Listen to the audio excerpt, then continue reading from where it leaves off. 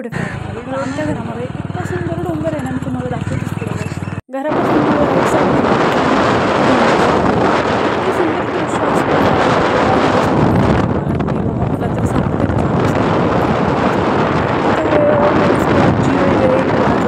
व्यायामासाठी खूप चांगली जागा आहे. पडायला लागलेलं असतं, सगळे लेडीज वगैरे सगळे चाललेले म्हणजे जेंट्स वगैरे. आणि वरती सगळं तिकडे मंदिर आहे महादेवाचं, म्हणजे तिथं पिंड वगैरे आहे. हे बघा हे मंदिर इतकं सुंदर दृश्य आहे की आता उद्यापासून श्रावण महिना लागायचा म्हणून आता अभिषेक वगैरे चालू केलेले आहेत किंवा पूजा वगैरे चालू केलेली आहे. मंदिराच्या सरळ गेलं की इथून खालून इतकी सुंदर नदी दिसती आणि खाली म्हणजे काही लोक वगैरे राहतात, मासेमारी वगैरे लवकर. आणि इतकं सुंदर वाटतं ना तिथं. हा कोण आहे तुम्हाला माहिती आहे? हा सिद्धूचा मावस भाऊ आहे, तुम्हाला माहिती आहे. मी तुम्हाला मागच्या ब्लॉकमध्ये पण दाखवलेलं. तो जीव द्यायला चाललेला, त्याला म्हणलं एवढ्या लवकर जीव जीव द्यायला लागलाय. मग तिथून आम्ही ना थोडंसं खाली चाललो. थोडंसं खाली दाखवून बघा हे सगळे इकडून जे राईट साईडला दिसते ती सगळी डिक्सळचं म्हणजे माझं कॉलेज वगैरे. आणि आम्ही 1-2 व्हिडिओ वगैरे सेल्फी वगैरे काढले, त्यांना दाखवलं. आणि इथं म्हणजे जेव्हा मी इथं पाया पडायला यायची ना लग्नाच्या आधी, तिथं मंदिर आहे. आणि इथून बघा, इथून मी तुम्हाला अख्खं संपूर्ण मंदिर दाखवते की इथून मंदिराची जेव्हा पायरी चढतो तेव्हा इतकं सुंदर वाटतं. तिथे ना आधीच 2 दादा म्हणजे कोणतरी होते, मला पण नाही माहिती ते, पण त्यांचा अभिषेक चाललेला. अभिषेक पण मी तुम्हाला दाखवते. इतकं सुंदर वाटतं ना, त्यांना कळलंच नाही की कोण आलं. नंतर त्यांना कळालं की म्हणजे ते ह्यांच्या ओळखीचेच होते.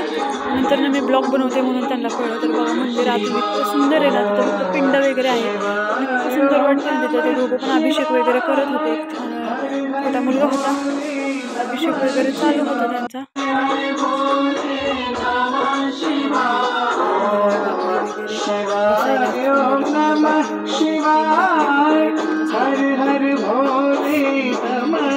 दाखवलेली. आणि इथून म्हटलं आता थोडंसं खाली जाऊन बघूयात. त्यांच्या हातात हात दिला आणि पळत पळत पळत पळत म्हणजे तिथं पळत पळत असं काही नाही आहे, पण तिथनं चालायला लागलं कारण उतार आहे ना तिथं उजव्या साईडला, म्हणून तिथं सगळं असं खाली पळत पळत जात होतं. व्हिडिओ वगैरे काढला बघा. तर मग मी तुम्हाला दाखवतेच आहे किती सुंदर दिसतंय बघा. परत आम्ही मंदिराच्या साईडला आलो. परत तिथं मोर ओरडत होते म्हणून हे म्हणले चला तुम्हाला मोर दाखवतो मी. काही लोक नव्हतं म्हणून मोर काही दिसलेच नाहीत आम्हाला. मग परत गाडी काढली. ही मंदिराची बॅक साईड आहे.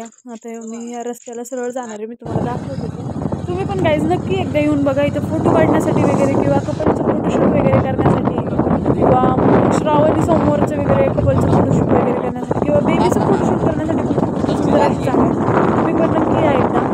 आणि कसं वाटलं तुम्हाला हे लोकेशन मला एकदा नक्की कमेंट करून सांगा. मग इथून भिगवण तर इतकं सुंदर दिसतं ना की भिगवण खूप मोठी सिटी आहे, म्हणत नाही असं की भिगवण छोटंच गाव आहे. बघा हे भिगवण इतकं सुंदर दिसत होतं. आणि तिथे लोक वगैरे पण राहतात, म्हणजे इथं एक आजी आजोबा राहतात.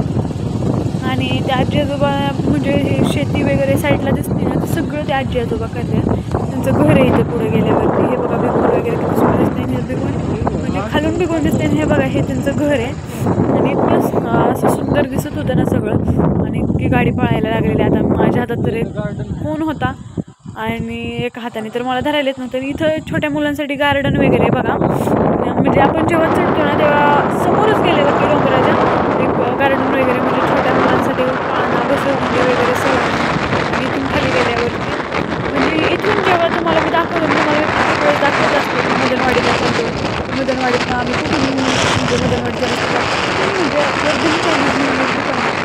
सरळ वरती अजिबात रस्ता सोडायचा नाही, डायरेक्ट पुढे डोंगराचा रस्ता.